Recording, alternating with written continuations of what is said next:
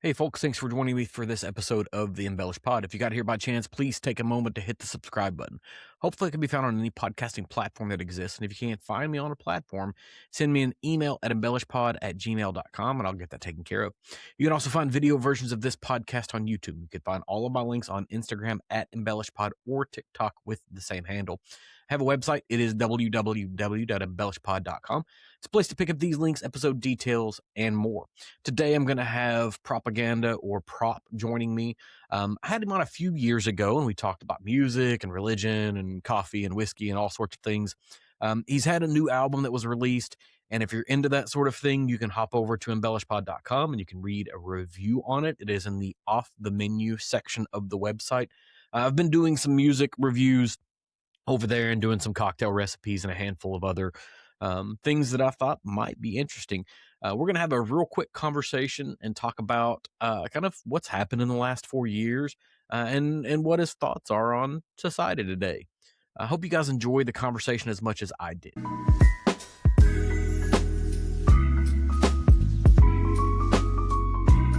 Good morning, good afternoon, good evening, whenever you happen to be joining this podcast. I have Jason Petty, better known as Prop or Propaganda, as the world really knows him at that point. I feel like Yep. the name Jason is probably reserved from folks you share DNA or legal bonds with. Man, there are 2 people in this world that call me Jason, and it's kind of funny, the 2. So one is my wife, Alma, Mhm.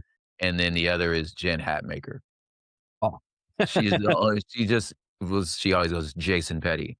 you're right. And I'm like, "Yeah, that's yeah." She goes, you're Jason." I was like, "Alright, well, there it is." And it may mark where people know you from, but I Yeah, know true. you specifically from music. I've been following you as a Uh-huh. musician for a long time, and we've talked once before, and I told you then, and I'll say it again. You're the reason I ever joined Patreon when you guys were doing Red Couch. I actually like Dude, joined Patreon to support it way back in the day yes. because I was like, hey, this is pretty awesome stuff, and I enjoy sitting and listening to it. Dope. And so I'm going to go support these creators. That's where it sort of began. But Yeah. you had some early albums. You have Excellent and Crimson Cord that Yeah. had a lot of like answers in them, right? Some Mhm. conviction, some resolved thoughts. Yeah. In the last couple weeks, you've put out a new album. This is Our Fellowship. Yeah.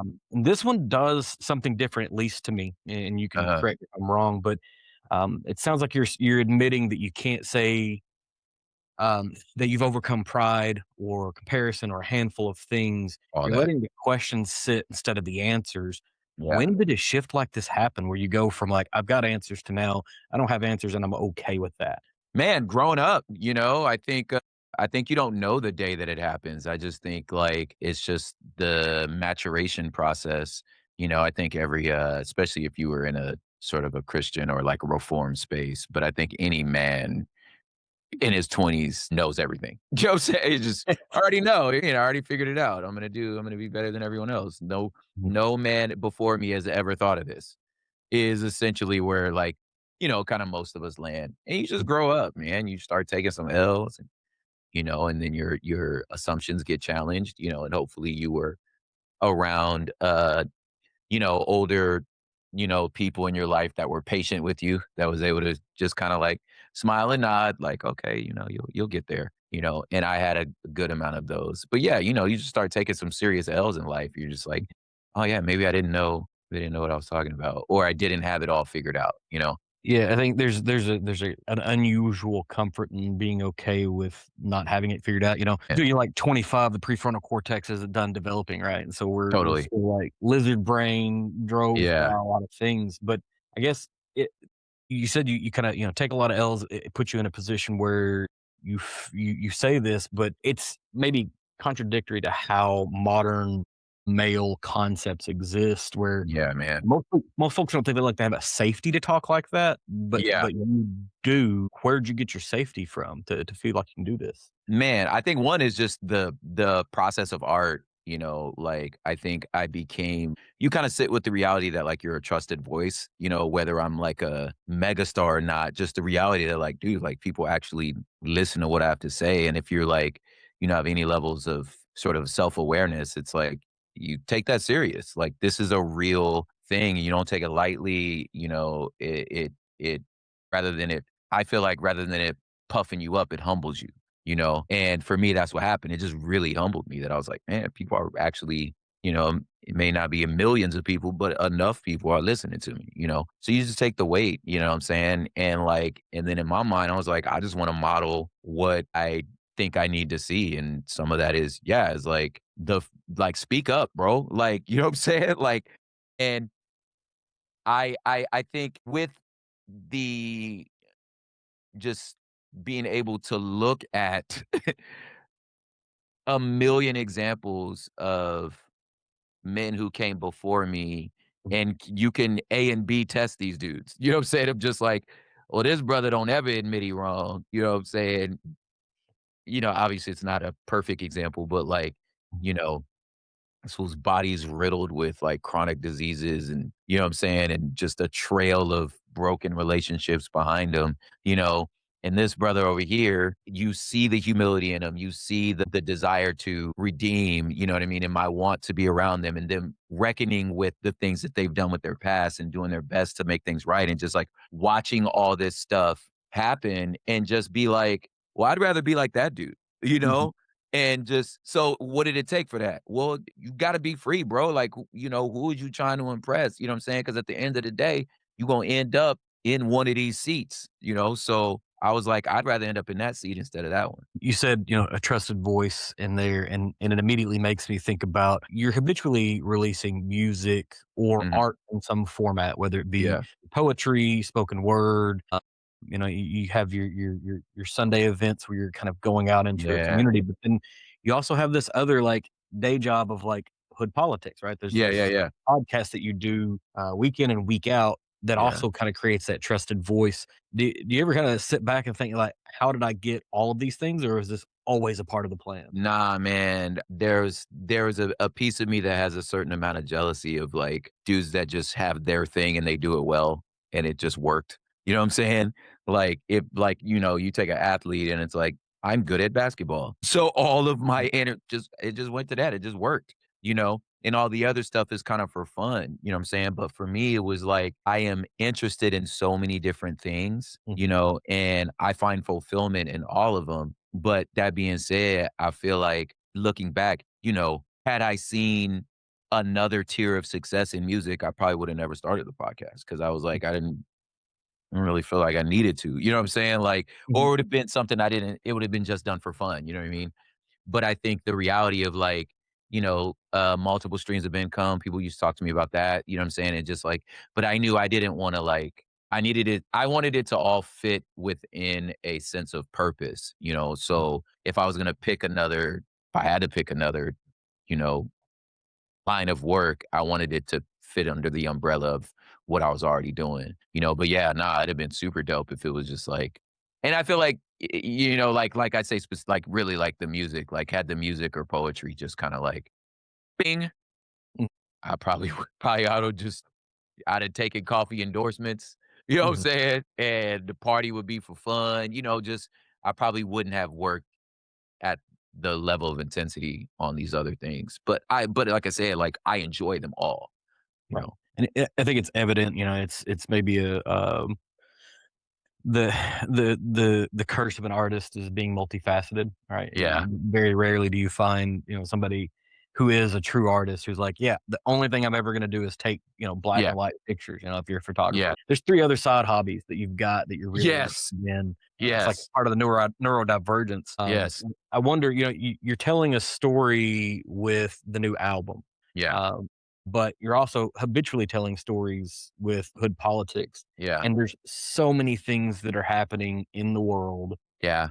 How do you pick what's next for the podcast? The podcast is interesting. It's like because I'm not like a breaking news story, or just like a traditional journalist, like this isn't CNN. Like I don't have I like you said, I get to well, I guess every outlet gets to pick whatever they want. But for me, it's more I am watching the conversation between, media politics and the population, kind of watching it and going, okay, do you guys understand each other? Like, okay, do you know what he just said to you? You know what I'm saying?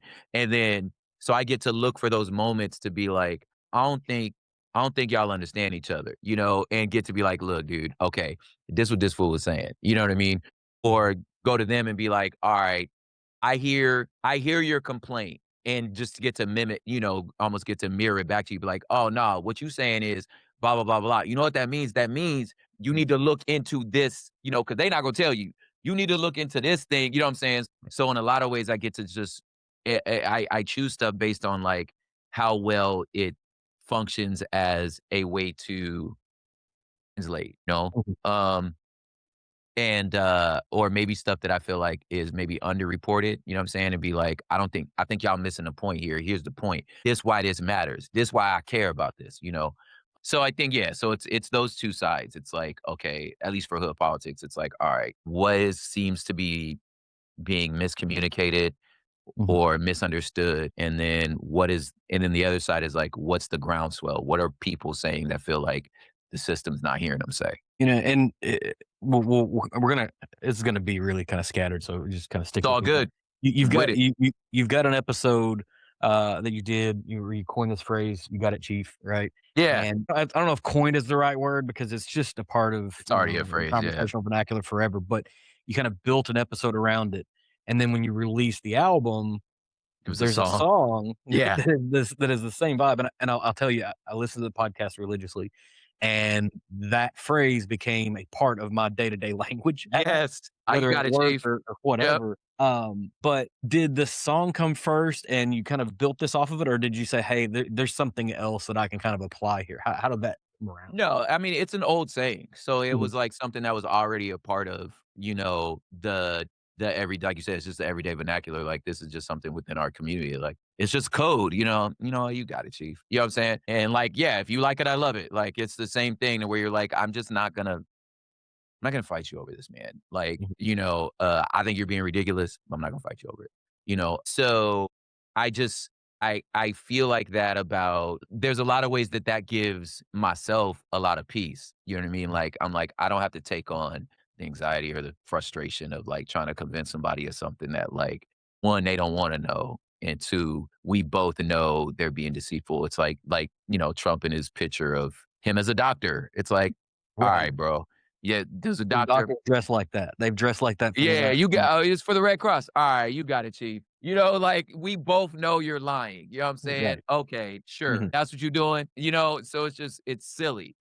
So I think that there was that to, protect its peace, but then there was also, I guess, for the song was, like, in this concept of, like, thinking about our masculinity and our manhood, like mhm, the urge in us to argue and debate, to be at a barbershop, you know what I'm saying? To fight over the top 5 dead or alive, like, and how that goes from fun into, actual violence, political violence. And then I just thought about a lot of like my earlier Twitter tiffs, with and thinking like, I don't understand why I'm trying to convince this person. It's like you already like and then mhm. even and I dude, it's even this crazy, even you saying this, like, some of this was the catalyst to starting the podcast with my wife, totally, to where it's just like, there is so much for me to even answer the foolishness of what you might have just said, we have to go back to the one-on-one class. Mhm. Like, there's like we have to go back to freshman year to untangle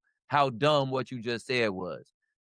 So and there's no I can't unpack that in a social media post. So, and then sometimes it's like, this ain't even worth your time. Like, this, you got it. So the song was from that same spirit. It's not so much linear. It's just like, this is just yet another way that you say this. And myself and JB were kind of like, had some like particular like situations in our own just lived lives that like we were currently being like, you know what? You got it, bro. You know? Yeah. It's a way of giving an affirmative response to a thing that you absolutely don't agree with. You Yeah. don't have the energy to push on it. I think about, like, there's been times, when I was a little kid and I did some just incredibly dumb shit, and my parents Yeah. kinda, they put their hand on their forehead like this, and, Yeah. they take that breath, and You it's very know. much a, "You got it. Yeah, sure, whatever, kid, Okay, figure it son. out." Yeah, yeah. And it's you're in kind of 2 worlds. You're talking about politics all the time. Mhm. You're in hip hop, and both of those worlds historically have not rewarded, quote unquote, "backing down," right? And so you're Yeah, kinda giving in. yeah, It feels like a newish philosophy for you, and I think it yeah. ties It into is. Yeah, the maturity of it, but yeah. is this just, the last 4 years? Is this the last 10 years? Yeah, h Man, I how long wish has I it taken, knew, bro? man. I think I wish I knew. I think a lot of it was a slow grading. Really, I think probably it started in my marriage, just Mhm, me being convinced I was the best possible selection for this woman. I know I'm jumping up to reach the bar like, anybody that's familiar with my wife is just like, "Oh, buddy, that's mhm, you that's a that's a that is a tall order that you need to step up to." You know what I'm saying? Like that, so everybody knew that, but I felt like I'm a catch too. You know what I mean? mhm, Like I'm up to the challenge, and I'm gonna make her life better, And then in so many ways I was not, and just the realization of like all these things that I thought was like I was it was almost like so many times we was living in totally different experiences. I feel like anybody married would be like, you walk away from a few months and you're like, "Man, we're doing great, dog. Like, that was some of the best time." And your wife is like, "Bro, I was miserable. I just didn't say anything about it because I didn't know how to process it." You're like, "Miserable? What are you talking about?" You know what I'm saying? So just mhm, those like earth-shattering, or if you're a parent, when you thinking you're having a great time, you're bonding with your kid, and your kid is just like, "Will you please leave?" You mhm, know? Like, I hated that time, or the other way around when you think there's nothing happening, you know what I'm saying? And she's like, mhm, I really enjoyed it." You're like, "What? Do anything." You know what I'm saying? So those sort of it was just like I said, like I can't pinpoint, but it was just growth over time that those things started happening. I think the same with theology, you know what I'm saying? It was the same in the faith where you're just like, man, you just for me, a lot of, like separate from, like, what I knew that was happening, in the American church culture, separate from that, like, to me, that was easy and obvious, you know what I'm saying? Like, you are obviously on the wrong side of mhm, history, like, that to me was easy, but just more my own understanding of things, running into meeting people who were living testaments and, like, the living epistle that Bible talks about, the living epistle of stuff that I thought was impossible, you know what I'm mhm, saying? Like, "You're not supposed to exist, but I'm looking at you." And it just challenging those norms and being like, well, what are you going to hold on to? Like, which one of these things? Like, so you're going to hold on to your notions that you got your notions right, even though you looking at somebody that's an example. You know what I'm saying? So just all those things, just kind of like continually, continuing to like sort of. I don't want to use a violent term, but it felt like like pebbles in a water stream to where it's just like slowly just rounding your edges out mhm, and just kinda like at the end of the day, just again, like, you're like, "Man, that's crazy," but when you pick up those stones, they're beautiful. Like, "This is actually a mhm, beautiful stone?" So I was like, "I kinda wanna be that," Like, mhm, you know what I'm saying? Like, and it's like, I'm still me, I'm still that's why in that album, there's still the song "Burn It Down" to where I'm just like, "No, I still will punch a hole through your chest." You know what I'm saying? uh-huh, Like, I still have that in me. It's just it's in context now, you know? mhm. Yeah. There's a phrase, a quote, and I often see it attributed to Mike Tyson. I don't know if it's him or not, but like you're not capable of great peace until you're capable of great violence, right? Yeah. You can't be a peaceful person if you don't have the opportunity to be violent. Yeah. But you mentioned in there American church culture. You've mentioned kind of deconstruction and reformation. Mhm. And you've got a song, "I Didn't Leave You." Yeah.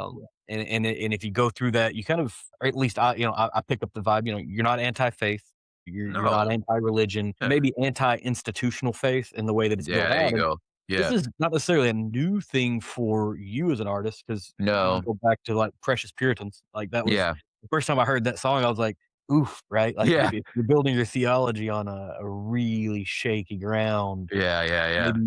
maybe you should kinda lower your voice when you're talking to folks, right? You gotta Come kinda on, man. bring it back a little bit, Yep. but given the construct of, how that's changed over time, where do you feel comfortable talking about where your faith lives right now? Yeah, man. Definitely in the nuance, like, it lives in the gray. I think it's the better understanding where I'm pulling more from, like, kinda older traditions, a little more Eastern, you know, kinda Eastern traditions. I'm from California, so, of course, like, it's real hippy dippy, the liberation, kind of stream that I like I said, that, like, I kinda grew up in. I got exposed to conservative evangelicalism when I started making music. Like, that was Mhm, for me, that was new. Like, I didn't know that this church was a thing, you know what I'm saying? Like, mhm, so for me, it was like I came in like, "Whoa," like What are y'all so it wasn't as much as a deconstruction in the terms of those who grew up, like, in that evangelical space per se, but yeah, no, I think that song was more answering, like, "Why aren't you performing at conferences no more? Why aren't you speaking at this? Why don't you at my church? Why aren't you doing youth groups?" Like, then that obviously means you must have walked away from the faith, was just, like, the idea, or, like, because of my friends, like, because I do the liturgy stuff, like, I do, you know what I'm saying?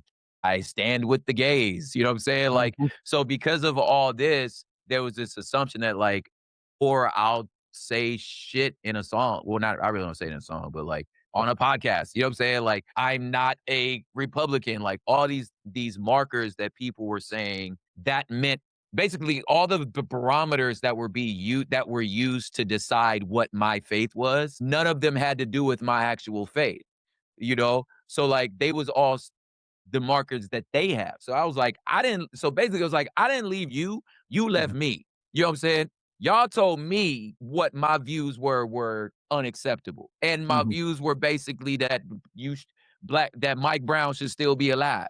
Like that's where the shit started. Where I was just like, okay, y'all got an issue with this? That's your problem with me? You know what I'm saying? yeah, Like, okay, got it. That I didn't vote Republican? Like, the hell y'all talking about? So to me, I was like, No, I'm not finna do this. Yes, I don't think your pastor infallible. I think the earth way older than the Bible don't tell us how old the earth is. Like, well, I don't mhm, understand why that is your theological, you know what I'm saying? So like, and since I stopped fighting over stuff like that, or just like being anybody's mascot, I was like, man, I'm just not finna be nobody's mascot no more. I'm finna understand. And it was doing such a number on my own walk in the sense that like it was almost like I can't follow that cloud by day or that pillar by night because it don't make y'all happy. Because y'all saying that's not where the Holy Spirit is going. But I'm like, I've been familiar with the Holy Spirit before I met y'all. You know what I'm saying? So I'm like, mm, I feel like I've been connected over here for a while. So let me just and I'm like, that's the same Holy Spirit that got me in front of y'all in the first place. You mhm, trusted me 5 years ago, you know what I'm saying? So I'm like, all right, let me finally answer it because I like you say, I stopped talking about it. I was like, man, because to me, it was more like, oh, I'm not a Christian anymore. You got it, Chief. It was like, it was the like, let me bring it back. yep, That's called a callback. You know what I'm right, saying? So yep, it's basically I was like, man, you got it, champ. Okay, sure. Well, you hang yeah, out with Gunger, okay, yeah, you so I'm should. not alright, yeah, I was like, "Alright, you got it, chief." Like, you think what you want, you Mhm. know? So, essentially, I was like, let me finally answer you." It's the Western American church culture, and this Yeah, is the problem with saying any generality, but it has and still does commit incredible abuse towards its congregants and its followers, right? mm, I'm saying the Western American church and not putting any denomination or affiliation or right, anything. I'm not even labeling it Christian at this point because some things kind of pose questions. I had a wonderful opportunity 15 years ago to be at a conference of a denomination, and there was the Western portion of the denomination, and there was this whole section of folks that came from Africa that were, yeah, experiencing the exact same denomination, had some beliefs, but it was different in a they really talk positive totally way different. Yup, because the yup. culture formed it. And, I know we're getting close to time. I'm gonna kinda throw one last question out there. You've got this coffee experience in Yeah, Ethiopia. You have yeah, these dude. experiences of having a cigar with a friend or the ritual of coffee. Yeah, All of man, these things feel like maybe a part of your spirituality today. Would that be they are. Yeah, an for sure. appropriate? Yeah, yeah, yeah. Not So, correct. Yeah. yeah, do you think these things it's more of like a predestination versus I'm just open to the environment. Uh He says I'm open to it, the experience kind of occurs around me, and I'm gonna take it in and put the importance behind it.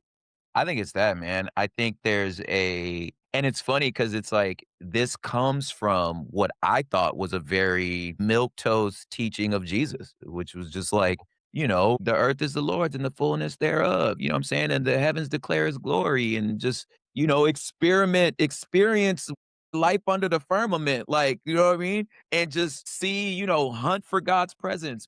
Be aware of this of what God might be doing, what he might be showing you. So just be open to stuff. You know what I mean? To me, I was like, it's a huge world. I feel like if you say you believe in you know, omnipotent, omnipresent God, like, then you should be able to see it everywhere, you know? So to me, I'm like, all right, well, let me go experience it, you know? And then and just the curiosity of like, man, this is a world I'm not a part of, but you see something I don't, you know? I want to experience what you've experienced. And I'm like, these people have been doing these things for hundreds of thousands of years. Like, there's obviously something to learn here, you know? So to me, I think there's a, yeah, like, I don't know if it's unique to me, but I mean, I'm only in my own experience, but I feel like I do thrive and seek out and enjoy world experiences, you know, and sitting in context and cultures and absorbing and again, like, you know, without I mean, I'm trying not trying to oversimplify, but yeah, like A and B testing to be like, man, like, okay,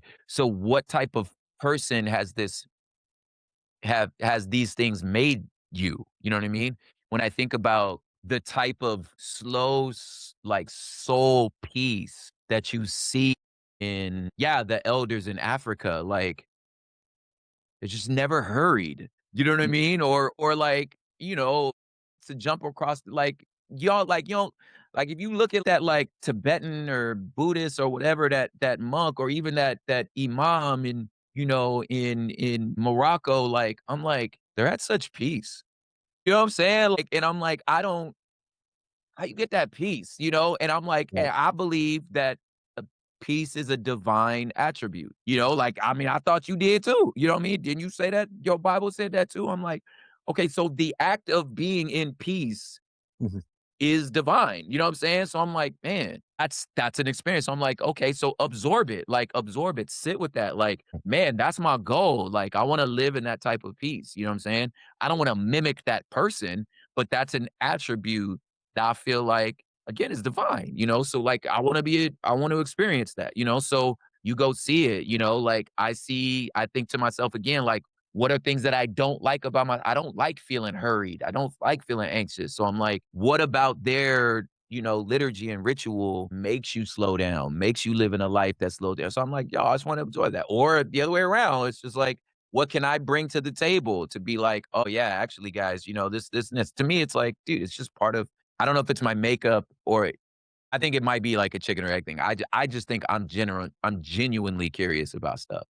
Mhm. And when you open to it, you get to experience things that you probably wouldn't have. Yeah. And I think, personally, I think the curiosity definitely develops when you get outside of the place where you're born. You get Facts. more than a few hundred miles from where you've been born, you start to Facts. experience other things. And if you cross borders to other countries, it's an even Mhm. different experience. I know we're at the edge of time. At some point, I think you need to do like an MTV Cribs version of like what's on your shelf of vinyl records, like everybody would Oh, probably yes, you like. see that back there? Yeah. Yeah, and I'll kinda give you the last bit on the album. I said this 4 years ago when we talked. Every time I listen to whatever you're doing, I can't do it in the car the first time. I've gotta, like, Yes. sit down with it and marinate on it a little bit, Uh-huh. and I think that's the case with this one as well. And I spent a good amount of time with it, put a little review together. Tell people where they can get it, where they can see you, like, how do people make sure you're still creating art in 5 years so we can talk about it again? Man, yeah, the big deal is obviously it's the financial support and, you know, the downloading. The big thing's merch really, like, as far as, like, money is concerned, and, yeah, so that's a big deal. Going out to shows, man, like, buying tickets, dude, like, you gotta come to events, man, and I mean, obviously, I gotta put on events for people to come to events, but, like, I think the big thing is, like, just, like, keep participating, like, keep following, keep sharing, you know what I'm saying? Like, if you do see something, you know, or something resonated with you, yeah, pop out a little post. Like those things, they do help. You know, like I know it may not seem like it, but that stuff helps, dude. Like just awareness, stuff like that. Like I think there are things that I'm working on like a little more tangibly, like joining the Patreon and making that a little harder because that's like truly direct support, you know. But like I feel like I still have a hard time getting all of the, you know, sort of like hub and spokes, like feeding back into the hub, you know what I mean? Or what to make the hub, you know, like I don't know which one of these things is the, you know, but yeah, yeah, just, you know, just when you see a link, click it for me, please. Mm, That'll do it. yeah, spend the money, buy the merch, Yeah. I'm debating on whether I should wear my it's I've been wearing that at least once a week for like Love it. 4 years at this point. As a side thing, I judge high school and middle school speech tournaments, and I went and got Wow. on that. And these kids ask questions about it on a regular basis That's because so dope. it's fun. My kids do it as part of their school system, and so I'm like, hey, if they're going That's to do it, super we'll help each cool. other. Yeah. Neither here nor there. Thank you, Prop, for the time that you've given me this afternoon. I'm sure you've got things you could be doing to like make some money instead of waste time talking to me. So I Listen, appreciate you it, are man. never a waste of time, brother. Yeah, of Ever. course. Yeah. Appreciate it, man. Thanks for tuning in to this episode of the Embellish Pod. If you enjoyed this, please leave me a review on whatever platform you're consuming this on. Leave a comment if at all possible. Hit me up on social media on TikTok or Instagram using @EmbellishPod, and you can give me a follow so you can keep up with what's going on here. I can also be found at www.embellishpod.com. It's where you can pick up all of my links, accounts, contact details, music reviews, and a handful of other things. Thanks for stopping by.